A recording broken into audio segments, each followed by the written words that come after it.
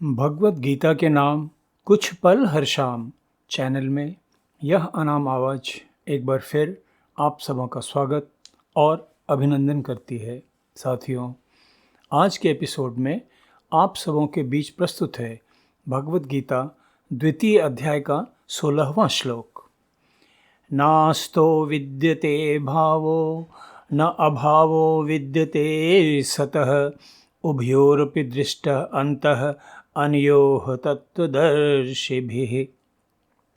इस श्लोक का सरल अर्थ इस प्रकार है। हे अर्जुन, असत वस्तु की तो सत्ता ही नहीं है और सत का कभी अभाव नहीं है। इस प्रकार इन दोनों का ही तत्वज्ञानी पुरुषों द्वारा देखा गया है।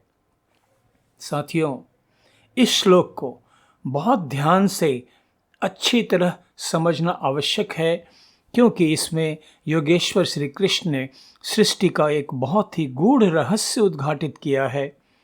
इस श्लोक को पूरी तरह समझने के लिए हमें पहले इसमें श्री कृष्ण द्वारा प्रयुक्त दो शब्दों सत्य और असत का अर्थ गंभीरता पूर्वक समझना होगा।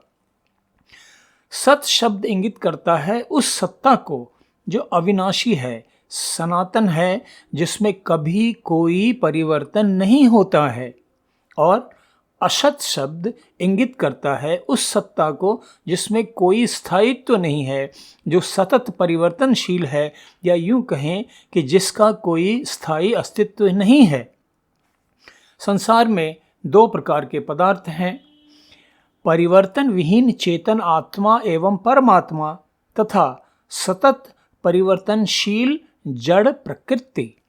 ज्ञानी जन जिन्होंने पूर्ण ज्ञान प्राप्त कर लिया, उन्होंने पाया है कि वास्तव में इस संसार में सत का कोई अस्तित्व ही नहीं होता है और सत्य हमेशा सतत अस्तित्व में बना रहता है, उसका कभी अभाव नहीं होता। साथियों, जैसा मैंने शुरुआत में ही कहा था, इस श्लोक में एक बहुत ही गूढ़ रहस्य को सूत्र रूप में समझाया गया है। हम जैसे सामान्य लोग तो इसी भ्रम में रहते हैं कि पदार्थ यानी मैटर वही वास्तविक है। क्यों?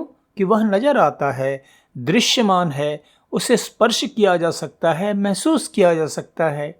और आत्मा तथा परमात्मा को ही हम अवास्तविक समझते हैं, क्योंकि वह दृश्यमान नहीं है, नज़र नहीं आता है, और उसकी अनुभूति भी केवल उन्हीं मनुष्यों को प्राप्त होती है जो योग साधना के माध्यम से उसे जान पाते हैं। हम सब के लिए यह समझना सचमुच कठिन है कि असत अर्थात सतत परिवर्तनशील प्रकृति, जिसे हम देख सकते हैं, छू सकते हैं, महसूस कर सकते हैं, का वास्तव में कोई अस्तित्व नहीं होता। और सत अर्थात आत्मा और परमात्मा की चेतन शक्ति, जिसे हम न देख सकते हैं, न छू सकते हैं, न महसूस कर सकते हैं, सिवाय योगी जनों के, वास्तव में सृष्टि में केवल उसी का वास्तविक अस्तित्व है और वही विभिन्न रूपों में इस संसार में दृष्टिगोचर होती है। साथियों, वे ज्ञानी जन जिन्होंने योग समाधि के माध्यम से पूर्ण ज्ञान प्राप्त कर लिया, वे इस सत्य को, इस रहस्यमय तत्व को पूरी तरह समझते हैं कि यह संसार वास्तव में केवल उस परम चेतन परमात्मा की ही विभिन्न रूपों में अभिव्यक्ति है। हम साधारण लोग तो सुनते और कहते ही रहते हैं कि कण कण में भगवान है, किंतु इस प्रचलित लोकोक्ति का वास्तविक अर्थ शायद ही हम वास्तव में समझ पाते हैं, और इसे समझना तो सचमुच आसान भी नहीं है। एक उदाहरण जो मैंने परमहंस योगानंद जी द्वारा रचित भगवत गीता की व्याख्या में पढ़ा, उससे इस तथ्य को समझना कुछ हद तक आसान हो जाता है। परमहंस योगानंद जी महाराज हमें महासागर का उदाहरण देकर समझाते हैं कि महासागर तो लहरों के बिना भी अस्तित्व में रहता ही है, किंतु महासागर में उठती रहने वाली लहरों का तो कोई स्वतंत्र अस्तित्व नहीं होता। उनका अस्तित्व तो सागर पर ही निर्भर है, सागर के कारण ही है। वास्तविक अस्तित्व किसका है? महासागर का है।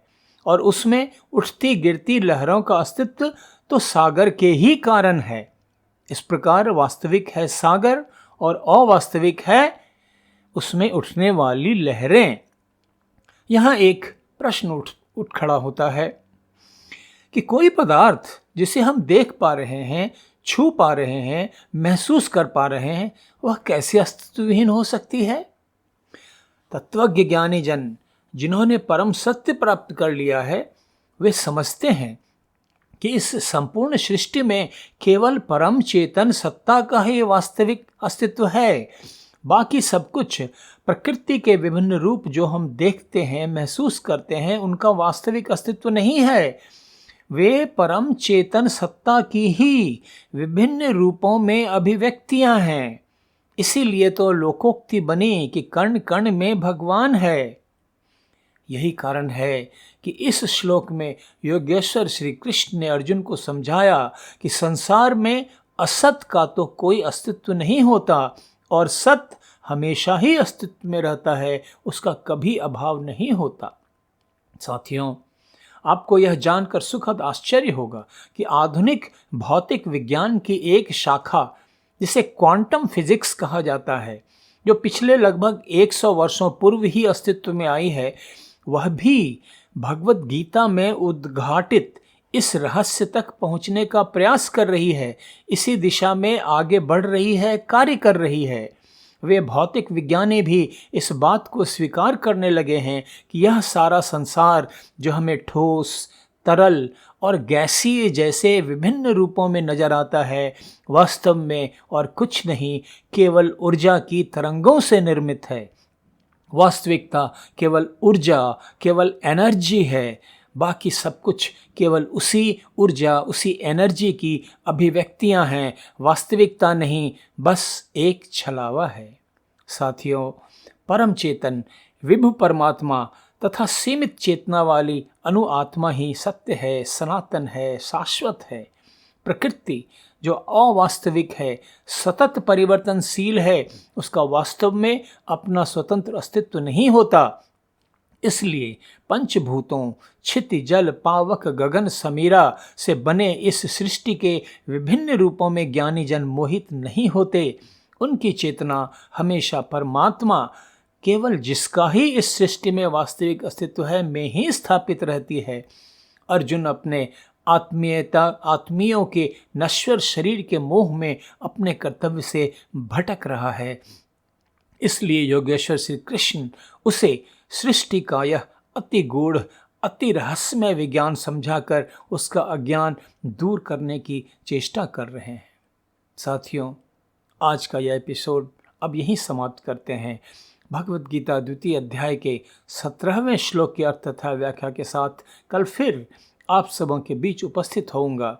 जैसे जैसे हम भगवद गीता के अध्ययन में आगे बढ़ते चलेंगे, एक से बढ़कर एक रहस्यमय परतें हमारे सामने प्रत्यक्ष होती चलेंगी, ज्ञान परत दर परत खुलता चला जाएगा। धन्यवाद, नमस्कार।